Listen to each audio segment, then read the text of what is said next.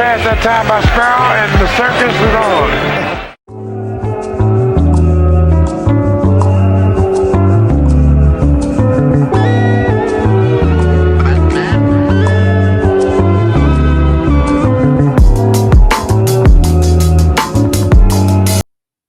What's up, YouTube? It's Tired Night, YouTube Ties Life. I'm about to be reacting to NBA Legends explain why Larry Bird was a monster. Let's get into the video. Like, comment, subscribe. I've seen a lot of clips of NBA players talking about Larry Bird. I feel like Larry Bird, out of all the NBA players, he probably has the most content.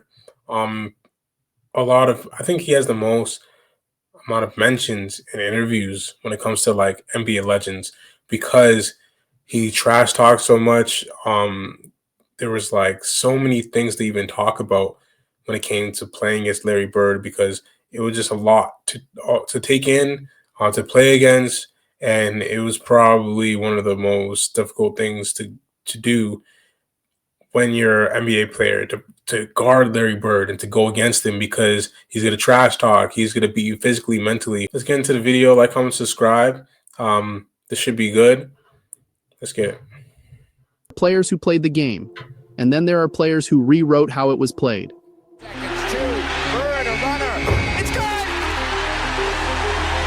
When people talk about Larry Bird, they often start with the cliches.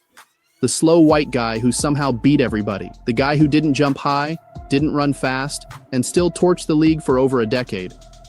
But if you strip away the stereotypes, if you ignore the jokes and highlight reels, what's left is the cold, hard truth that's echoed by every legend who ever shared the court with him.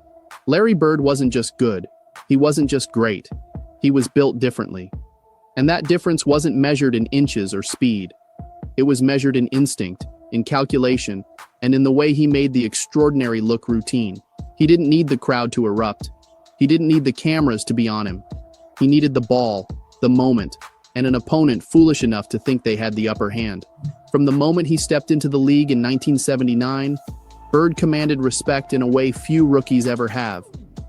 And over the next 13 seasons, he built a legacy not just with numbers and accolades, moments so precise and surreal that they're still retold with disbelief decades later.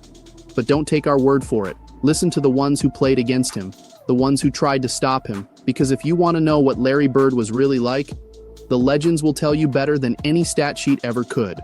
Even players who didn't face Bird directly, who came into the league after his retirement, speak about him with a kind of reverence. They've studied the tape, they've watched the plays, and they understand just how ahead of his time Larry really was.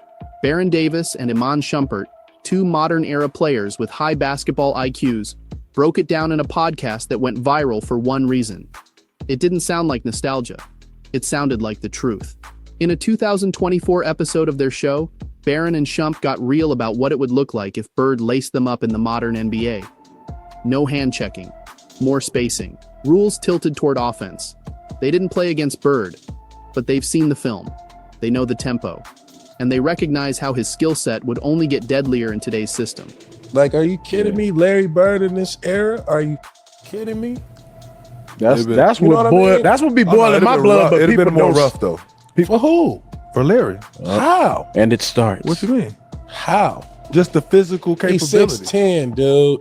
That's a lot of 240. 6'10". Nah, it's a lot of that. And That's all I'm saying. He birthed that. Don't get me wrong, he birthed it. I'm just saying we hadn't seen it Who's then. going to be matched up against Larry Bird? Karl Anthony Towns. That's a nightmare, man. For Karl Anthony. But if you really want to know who Larry Bird was, you've got to go to the ones who actually stood across from him. Karl Malone has one of the most legendary Bird stories ever told. It's not just funny, it's surgical. He said, "I'm going to get it right here. I'm going to shoot from this corner. You know what I'm going to do." Malone said it perfectly. I what he will do, and I still can't stop it. Bird got the ball, just like he said, rose up and hit the jumper from the exact spot. I remember sitting on the bench watching Kevin McHale and Larry Bird, and Larry Bird did something. To me, I'm still marveled at this, and he got so many people. It was a timeout, and one of our teammates, Bart Kofold, had a camera. Right. He's taking pictures. So Larry Bird came over there and looked at our bench, and he said, three-pointer from right over here. So I'm sitting over there looking like that Babe Ruth, calling your shot already, right? Yeah. So Isaiah, I'm sitting there looking.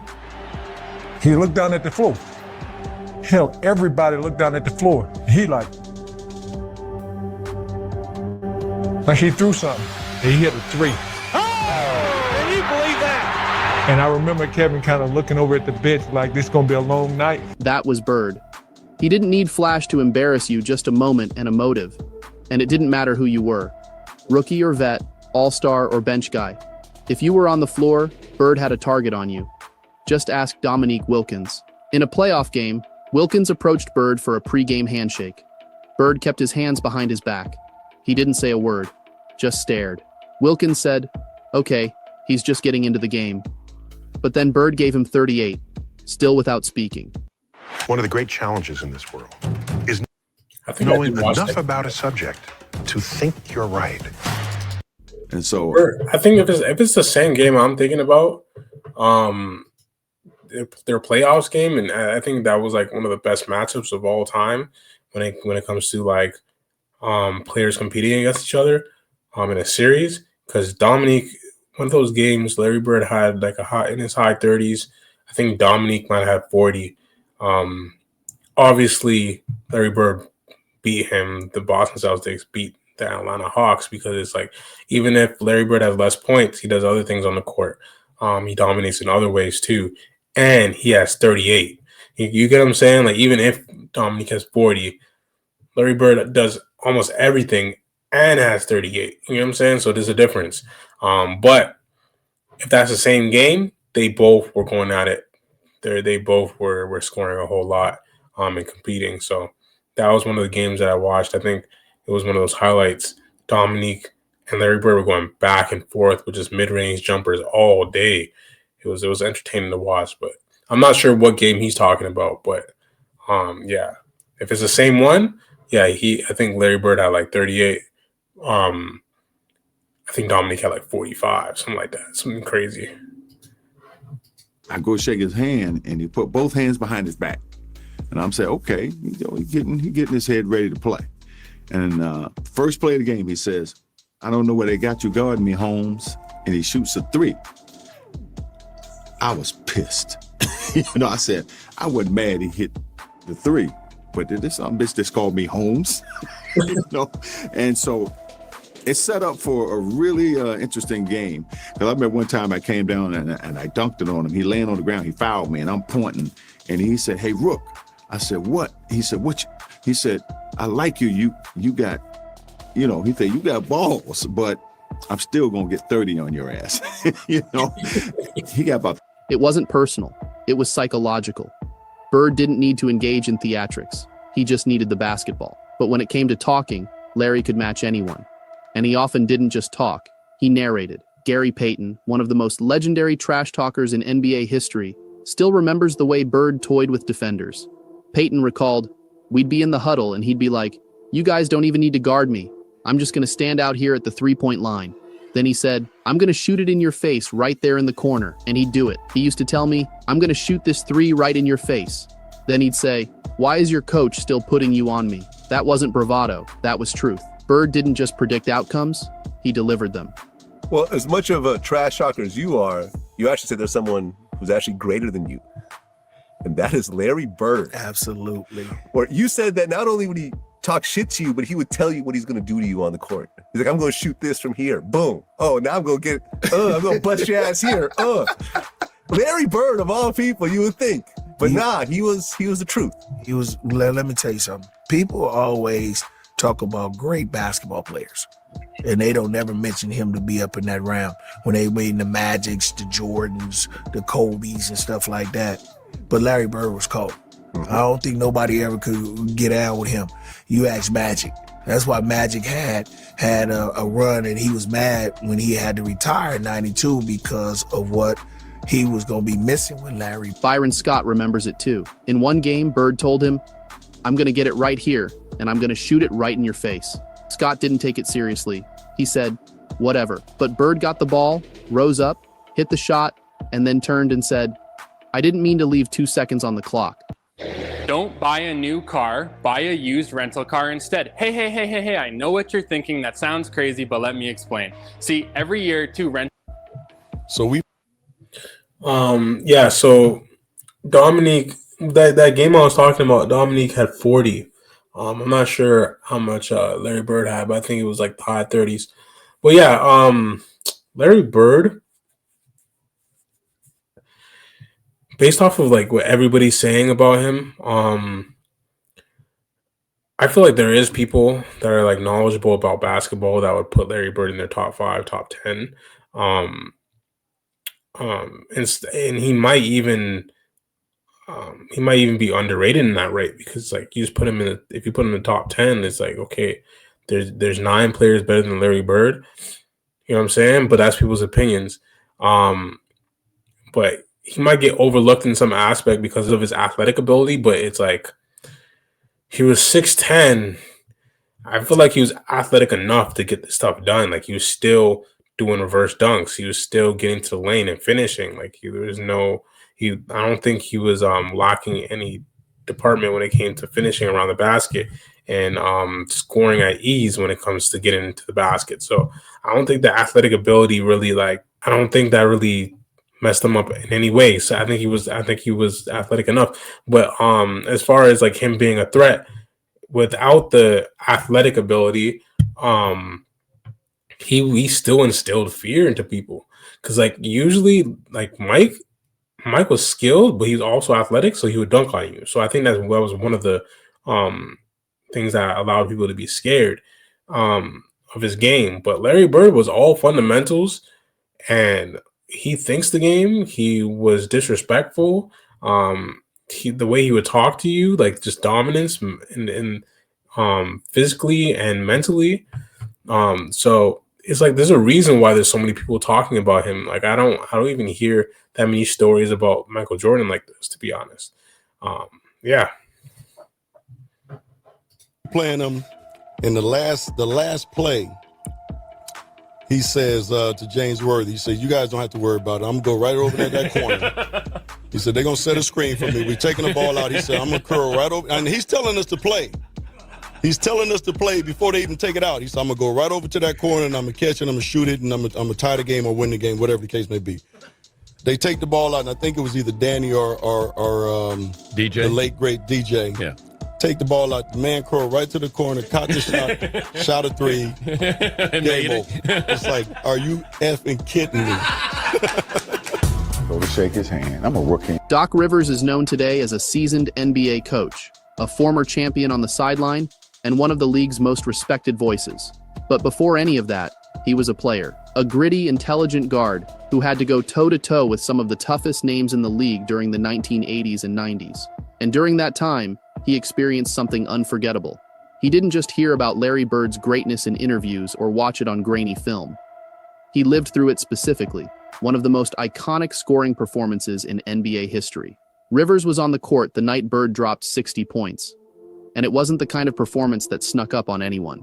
From the opening minutes, Bird let everyone know exactly what was coming. Not just that he was going to score, but how. Before each shot, he called his move, told defenders what spot he was getting to, and then executed it to perfection. There were no tricks, no surprises, just pure dominance from start to finish.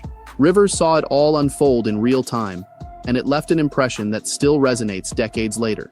Because when a player doesn't just torch your team, but tells you exactly how he's going to do it and still can't be stopped. You remember? Do you remember? Well, you had the Bird night. I had the Bird night.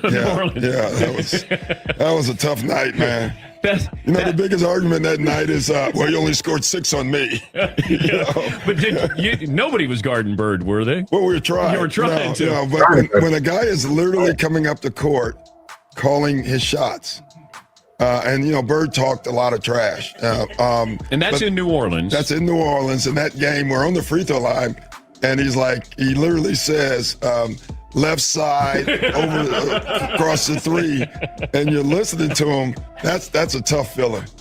But okay, so you guys got Antoine Carr and Cliff Livingston got fined by Fratello, I think, and Eddie Johnson for celebrating Bird. Yeah, it was the best film session. Every time when I see Mike, we still laugh. God, it was so it was the greatest film session ever, because back then you didn't have, you watched the real game and just went, with a video. And Mike rewound the celebration 20 times.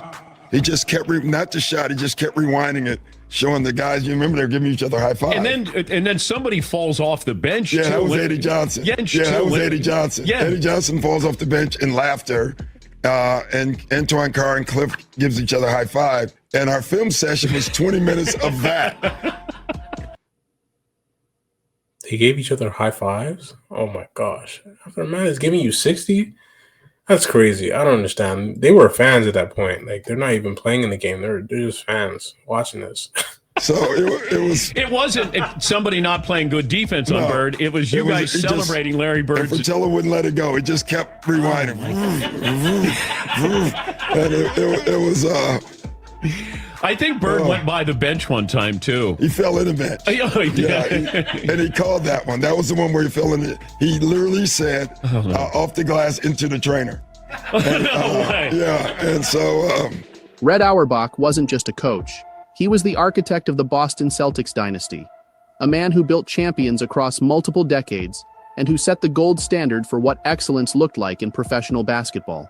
By the time Larry Bird entered the league, Auerbach had already coached and mentored legends. He had seen Russell dominate the paint, Havlicek run the break, and Cousy dazzle with his handles. So when Auerbach spoke about a player, it carried the weight of experience, legacy, and credibility. And what he said about Larry Bird was simple but revealing. Welcome to PointsBet Canada. Bet on a game and player props live, in the future, or even in same-game parlays. Download it and start betting the way you want today. This is how we play sports, Canada. Visit pointsbet.ca for more details. Bird didn't need motivation. He didn't need a push from a coach, a rival, or the crowd. He came ready, every single night. With Bird, there was never a question about effort or focus. He approached each game like it was a final exam and prepared to pass it with precision. To Red, Bird wasn't just consistent, he was relentless. And coming from a man who had coached more Hall of Famers than most people can name, that kind of praise wasn't handed out lightly. It was earned. You can make a case for the greatest player of all time for Russell, for Bird, for Jordan, for Magic, and for Kareem. Those five, you can make a case as to who the greatest, most valuable player of all time is. Larry Bird was like a Magic Johnson, or a Magic Johnson was like a Larry Bird. They try to add something new every year. They work harder than the rest of them. When practice is over, you could see Larry Bird out there every day, shooting for another 20 minutes, another half hour. If he didn't get enough running, he'd do some laps. He would just work hard. But above all, he was the most highly self-motivated athlete I ever was connected with. Larry Bird was. Forget the fact that he plays hurt. I saw him one day with a foot that if it was me, I'd be in bed. It was all shiny and infected. He had the doctor come in, cut it, put a bandage on, he went out and played. Unbelievable. He didn't have to play, but that's how those great ones are. In just 13 seasons, Bird accomplished more than most. That he's saying this, he named off 5 players. He named off Jordan. He named off Magic. He named off Kareem. He named off Bill Russell. And with saying that, naming all those guys, he brought up Larry Bird's work ethic. He brought up Larry Bird's poise. He brought up Larry Bird's strength and mental toughness when it came to playing basketball, like even having a swollen foot. He said he would be in bed. Larry Bird did not have to play that game, but he wanted to because he just wanted to have an impact on the game, and that was his competitiveness. He couldn't just watch this team play without him because he wanted to compete. He wanted to get the win. He wanted to contribute and help his team. And at all times, he wasn't taking no load management games like nowadays. So the fact that he named off all those players and then brought up Larry Bird and said all those things, he stands out among those 4 other players. So yeah, that's cool to even hear, especially from a guy that was in the Celtics organization for that long and was a legend for that long. So, and very knowledgeable about the game. I don't think he's gonna be biased. I think he's just talking basketball at that point. Players could dream of in 20. He was a 3-time NBA champion. He won 3 consecutive MVPs from 1984 to 1986. He was named to 12 All-Star teams. He won Rookie of the Year, 2 Finals MVPs. 3 consecutive MVPs? Absolutely crazy. I don't think I've heard, because Jokic got 2 consecutive. I only heard about 2 consecutive MVPs. Steve Nash did that once. I don't know if I've heard of 3 consecutive MVPs. I don't know who else has done it before. But that's not easy at all. Like, you could get it 2 years, okay, back to back, and then they look for somebody else. But like after that second time, you have to have a really good third season for them to like be like, okay, yeah. It's obvious. Like, it's like we want to give someone else a chance. We want to look at somebody else and see if they're the best in the league. But it's like Larry Bird was clearly the best in the league the third time. So it's like we have to give it to him. Like, at this point, it's like we're robbing him at this point. Like, he's the best player in the league. And then you got Magic in the league. And you're giving him MVP 3 times in a row.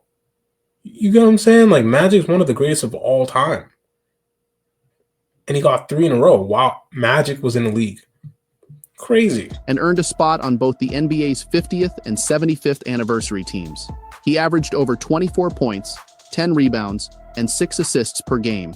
He shot over 37% from 3 during an era when teams barely used the 3-point shot.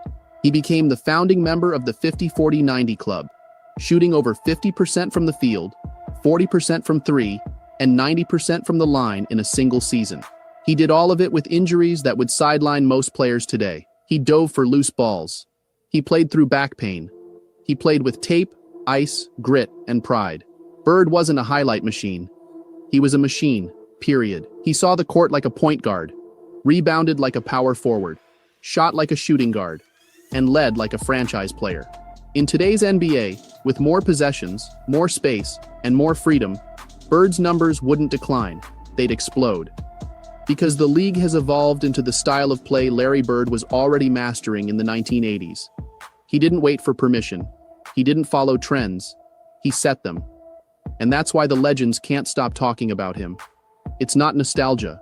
It's not exaggeration. It's memory and respect. They didn't just play against Larry Bird. They were outthought, outplayed, and in many cases, left stunned by how simple he made the game look. Bird didn't win because of brute force or blinding speed. He won because he saw the game a half second earlier than everyone else. And once he saw something, he acted on it with no hesitation. That's what separated him. Not just that he knew what to do, but that he did it before you could react. He wasn't concerned with looking the part. He was concerned with winning. He didn't measure greatness through flash or marketability. He measured it in results. He didn't care who was in front of him, whether it was a future Hall of Famer or a rookie on his first 10-day contract. Yeah, fast. He approached every game the same way, with an edge, a plan, and a relentless drive to prove that basketball wasn't about who jumped the highest or talked the loudest. It was about who understood the game best. And more often than not, that was Larry. Each story you hear, whether it's Baron Davis talking about how Bird would thrive in today's game, or Gary Payton shaking his head in disbelief at Bird's in-game predictions, comes from a place of deep, almost reverent respect. These aren't just compliments, they're admissions. Because even among the greatest to ever play the game, Bird left an impression that time hasn't erased. The stories may vary in detail, but they all land in the same place. He wasn't like the others. He thought faster. The stories may vary in detail, but they land in the same place. Yeah, I mean, the stories are like, I think they're around the same like topic when it comes to like NBA legends and people watching Larry Bird growing up. He's feared. He's feared by NBA legends. He's very good at scoring. Like, he's going to tell you about it. Everybody says he trash talks a lot. So they definitely had an experience where it's like, ooh, it was kind of a rough game. And he told me about it. And yeah, that was a tough night. most NBA players, they end off with saying that was a tough night. Larry Bird embarrassed me, or Larry Bird talked trash and scored 5 consecutive buckets on me. The most extreme one was the rookie one, Jason Williams. But yeah, he said like he was contemplating, you know what, so while guarding Larry Bird. So yeah, so everybody went through like tough situations. They could laugh now. They could laugh at it now because they probably had good careers later on, and they had to play against Larry Bird, and you're just that good. At that point, it's like, okay, Larry Bird, like you just see him as a player out there at first, like just another player, until you actually have to guard him, and it's like, oh man, he's clearly better than you. So yeah. Played smarter, and competed harder than almost anyone the league has ever seen.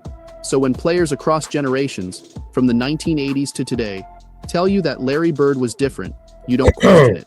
You listen, because the ones who truly know basketball speak his name with clarity, not just as one of the best of his time, but as someone who transcended time itself. Larry Bird wasn't built to fit a moment. Crazy. He was built to define one.